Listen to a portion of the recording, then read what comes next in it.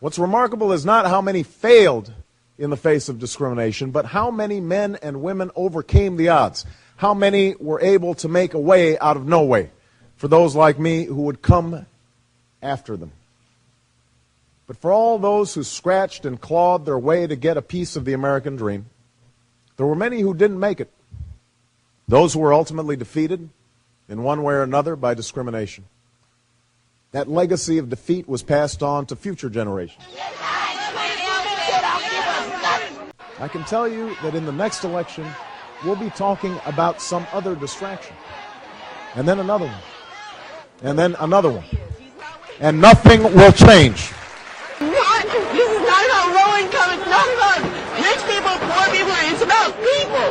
Oh, Jesus. Relax, darling. It's going to be all right. It's going to be all right. It's going to be all right. I'm breathing, bro. Breathe in. Breathe in. Why nobody can get no help down here for these people, bro? They got children out here. They got pregnant women out here. They won't even bring water. They won't bring food. You got to go steal water to drink to survive out here. We need help, sir. We really do. We need help. They're not doing nothing. They're not telling us nothing. They're not doing nothing. In this election, we can come together and say, not this time. This time we want to talk about the crumbling schools that are stealing the future of black children and white children and Asian children and Hispanic children and Native American children. This time we want to reject the cynicism that tells us that these kids can't learn. The children of America are not those kids, they are our kids, and we will not let them fall behind in the 21st century economy. But 100 years later, the Negro still is not free. 100 years later, the life of the Negro is still sadly crippled by the manacles of segregation and the chains of discrimination. 100 years later, the Negro lives on a lonely island of poverty in the midst of a vast ocean of material prosperity. There is a war going on in this country of American against Americans. There's a war that's going on against children. We've been publishing child gun violence reports every year since 1994. We have, since 1979, when data began to be kept, documented that over 101,000 children have been killed by guns in this country, and about 4 to 5 times that many are injured.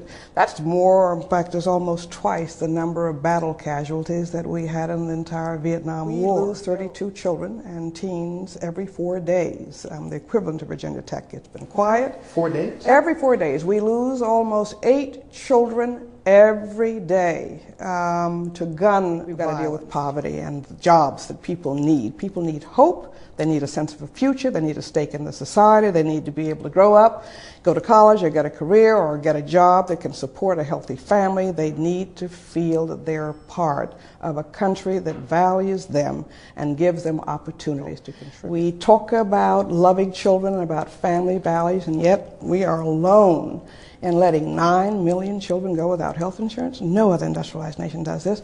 We refuse to save money by preventing problems, and at the same time refuse to save children who need these things.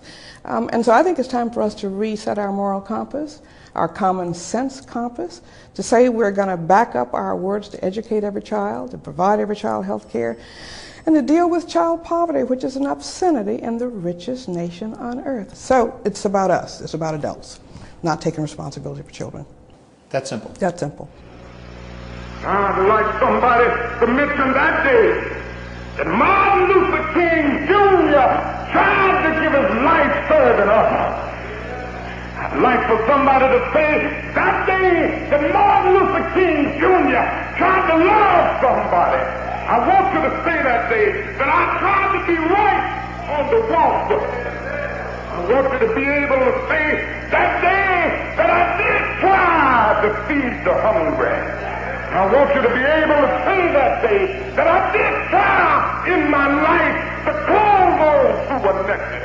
I want you to say on that day that I did try in my life to visit those who were in prison. I want you to say that I tried to love and serve humanity. Yes, if you want to say that I was a drum major, say that I was a drum major for justice.